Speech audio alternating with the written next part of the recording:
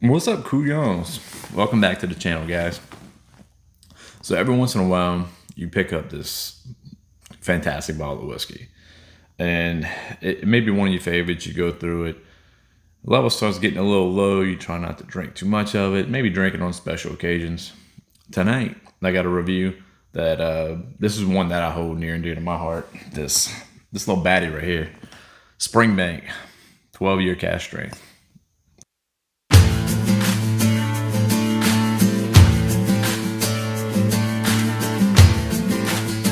What's up, Couyons? Welcome back to the channel, guys. Springbank 12 Cask Strength. So, man, this is just a hitter I've just been waiting to do a review on. Really, one of my favorite whiskeys. We've definitely. I mean, I've sampled this bottle here and there. It's definitely getting down there. I've been having it for a little bit, and it's. I'm an advocate of like whiskeys are not meant to sit in the bottle. Let's drink it, but it's one of those that I'll have on special occasions. It's one of those whiskeys. I try not to drink too much of it at a time, but it's definitely meant to be enjoyed. And you really don't want a whiskey sitting in a bottle that long over years. But this one definitely hasn't oxidized to where it's not on point as in the first time you open it. But Springbank 12 Cask Strength, one of three Campbeltown whiskey distilleries. There's Springbank, Glen Scotia, and Glengyle that makes the Kilkerran whiskeys. But they all have this typical, the same note. It's like this Campbelltown funk that a lot of people call it. But to me, it's like a rubber iodine note. It's very aggressive. It's not meant for like, I guess it's not meant for, but it definitely does come across as like a entry level whiskey. It's definitely got some aggressive notes in it. But the more you have these whiskeys, it kind of transforms the flavors in it to where they kind of play into the orchestra of flavors, and it's not just you tasting rubber and freaking iodine in it, but this is a really complex whiskey. But getting into it, they don't really say a whole lot on the back. Springbank has always been like a no bullshit kind of distillery. All they say on the back is Springbank single malt whiskey is free of artificial coloring. That's a plus. And it also says it is non-chill filtered. That's a plus. This will cause a slight natural haze to form when it is cold, but this will disappear when the temperature returns to normal. So they don't really have a whole bunch of stuff on the label. There's no, they don't tell you exactly what batch it is. It's no kind of, they don't give you flavoring notes or anything like that, which I think is good. I like that. I mean, you come up with your own flavor and tasting notes on it. The whiskey's good. It's 56.5% ABV. So Springbank does this thing to where you can't find out what batch it is. This happens to be batch 15, but it doesn't tell you on the bottle. You have to actually go and look up what batch it is based on what percentage ABV it is. So every year they come out with a different ABV, a different proof, and each one's going to be a different batch. So that's kind of a thing they do. And to me, it resembles kind of like what Elijah Craig Barrel Proof does with their batches, to where each year you have an A, B, and a C, and there'll be a different proof, and there'll be a slightly different whiskey, but same mash bill, but the way it's aged, it'll taste different each batch of Elijah Craig Barrel Proof. Whereas this one happens to be, this batch is 70% aged in ex-sherry cask, and 30% ex-bourbon. So it even takes it to another level to where they'll actually age this. This year happens to be more sherry, but there'll be years it's more bourbon cask. So every Springbank will vary in flavor for sure from batch to batch. You don't get too many cask strength scotches here in the United States. Most of the whiskeys are like 92 proof. Every once in a while you get these 100 proof scotches, but this one's definitely a cask strength scotch, and it shines. It shines in the flavors for sure. That alcohol more alcohol carries more of the flavor for sure. Well, let's get into it on the nose. I mean, let's look at it colored. You know, natural color scotch. It's a pretty color for a scotch. Most of the time, it's actually a little darker than when it looks on camera, but most of the time, it's a lot lighter, these scotches. But I mean, you're looking at sherry and X bourbon. You're not getting too much first filled barrels, first filled whiskeys, first filled sherry cask whiskeys or bourbon. Whereas bourbon's like, I say first fill. You getting first fill, but you're not getting like virgin oak like you would with bourbon. Is what I meant to say.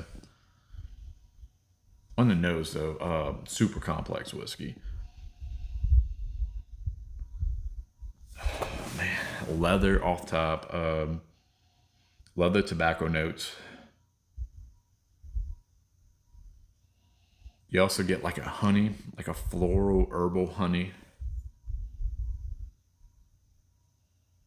You get a little oak in there, but I think that's hard to tell whether it's the oak or the high proof of the alcohol proof. You get a darkness in there, like a dark fruit. Definitely leather and tobacco straight off the nose. I don't know. When's the last time you guys have been to like a leather place? But the first thing I'm thinking off the top of my head is in Gonzales as a Tang Outlet Mall. What you call it? Wilson's Leather. It's like walking into Wilson's Leather or any kind of local place that sells leather jackets, leather purses, and stuff like that. Get that leather note right off top. Really, really rich whiskey though on the nose. I can sit there and nose it all night, but let's get into the taste, guys.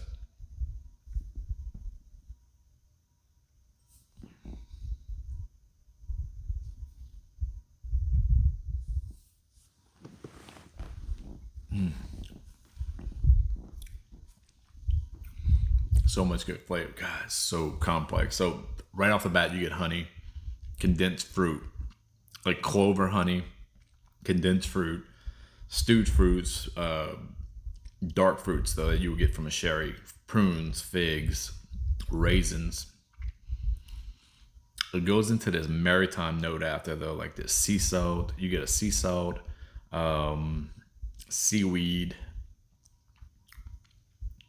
almost like a vegetal peatiness towards the end when the oak comes in, and it gets into the oak spices and stuff. And I find most of the time when I drink whiskeys, the spices come in at the end, and bring kind of like the oak and spicy notes.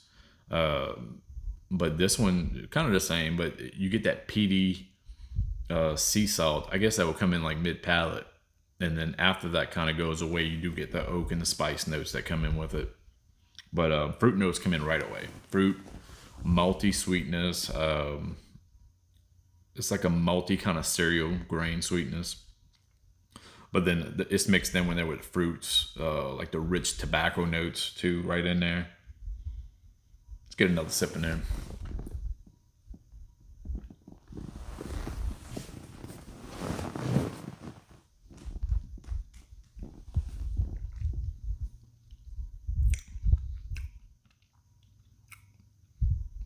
Real measured arrival, like right when it hits your tongue, sweet notes, honey, malty sweetness, like that cereal grain sweetness. But you get the figs, the prunes, dates, raisins, all that it comes from all that sherry cask, all those dark fruit notes. The flavors roll though. It rolls into like this maritime sea salt, seaweed kind of stuff. And then it goes into like this vegetal peatiness, and the oak and the spices kind of just play into it and finish out at the end. The finish is long as can be. I sipped it a while ago. It's still finishing. Like the flavors are just rolling. Lasts forever on this whiskey.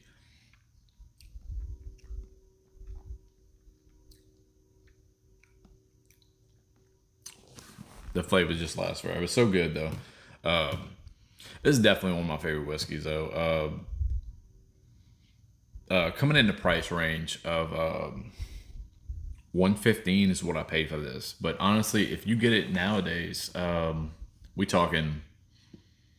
You probably have to order it from an online retailer. I've seen it for 147 was probably a damn good price for it, is what I saw it online. But I mean, you still have to take shipping costs into effect. But I've seen it as high as 250 to 300 and then 150. So it's like it has a huge sway in price wise online. If you can find one on the shelf, I'd pick it up all day because it's gonna be a lot less than what I would think. Depending on the price, but it's gonna be a lot less than what you would pay for it online with shipping, I would think. But I got this. I want to say it was a year and a half ago at either Dornax in New Orleans or Total Wine and Metairie. It's been a while. I picked it up a while, and being Cask Strength, I mean it's held on to the flavor pretty well. Sometimes if I'm not a big advocate of letting whiskey sit for a whole lot of time unless you taking good care of it. I mean, you can put oxygen in the can, the bottle, kind of preserve the flavors on some really high end stuff. But this one right here, I mean, I'm not gonna let it sit for forever. I mean, oxygen hasn't changed the flavor on this one yet. It's still phenomenal. Doing all right. So the whiskey Couyons score on this one, easy, 9 out of 10. There's times when I've had this whiskey, I would even bump it up to 925 or 950. But I'm gonna hold back and I'm gonna say 9 out of 10 because anytime I've tried it, it was an easy 9 out of 10. And that's hard to come by. It's not too many whiskeys, Couyons whiskeys that we've done a review on, whiskey Couyons review on that's been in the nines. Me being a Scotch guy, I know Ryan and Ryan and John, they're more bourbon guys. Where I might not rank a bourbon as high as some of the stuff they rank a bourbon as, but I've had bourbons that easily 7s and 8s all day. This is definitely, and I've had bourbons that I would think could be in the 9s that I've tried, but this is easily a 9 for a Scotch all day. I've got a few whiskeys that I think would come into the 9s that I haven't done a review on, but this it's solid. It's up there. But yeah, guys, so that's whiskey Couyons review of the Springbank 12 Cask Strength. Like I said, if there's any, if y'all like what we do, it's kind of a hobby. We do this as a hobby. I've always liked trying whiskeys and different spirits and stuff like that. Mostly whiskeys. I haven't really got into a whole lot of things like I have got into whiskey before, as far as like other liquors. But we like trying stuff, I like tasting different notes in it to see what experiences you remember from different notes, what it brings out. It's a fun hobby, and it's a good way doing reviews to kind of it's almost like a video log of tasting different flavors. So you might pull up an old video and be like, oh man, 4 Roses Small Batch Select, I haven't had this in a while. What I've tasted on in the past, you can almost pull it up on a video if we've done a review on it and see what I've tried on it. But it's almost like expanding a hobby. So it's a good thing to do for anybody who likes to taste whiskey and try it out. But if there's any whiskeys out there that y'all think we would just blow our socks off, something that you think we ought to try, I mean, put it in the comments. If you've had Springbank Cask Strength before, whether it be this batch or another batch, and you've had the same notes or different notes, what notes you've got in it, something we'd like to hear. A little feedback, would be nice. Whiskey Couyons, guys. We'll see you on the next review.